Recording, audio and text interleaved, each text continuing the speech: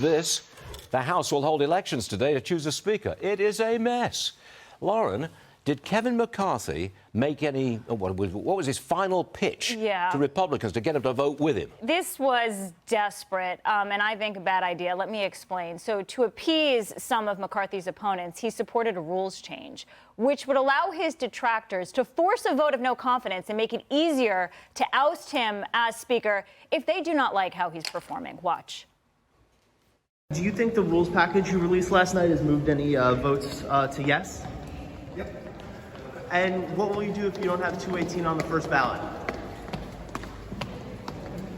No answer. So we know that 5 House Republicans publicly oppose him, but he can only afford to lose 4 votes without the race going to a second ballot. But look at your screen. 14 members-elect say they have doubts about McCarthy as Speaker or will not support him today.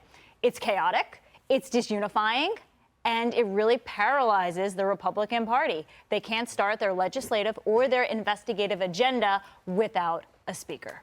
Newt Gingrich, as you know, he's the former Speaker of the House.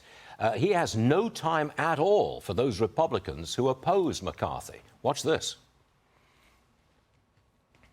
I don't understand what they're doing.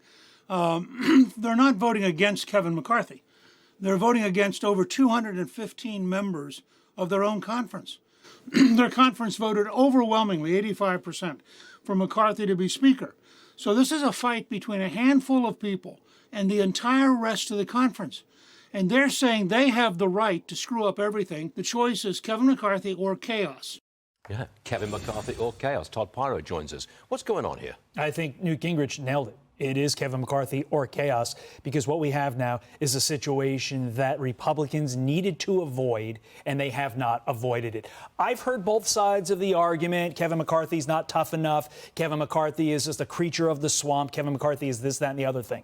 But who is the alternative? I've been on multiple shows where the question has been asked of the people that are fighting this, and they all hem and haw and they don't give an answer. I'm not saying one party is right versus another party within the Republican conference right now. All I'm saying is the American people elected you to do a job to undo as much of the disastrous Biden agenda as you can, and this is how you're starting.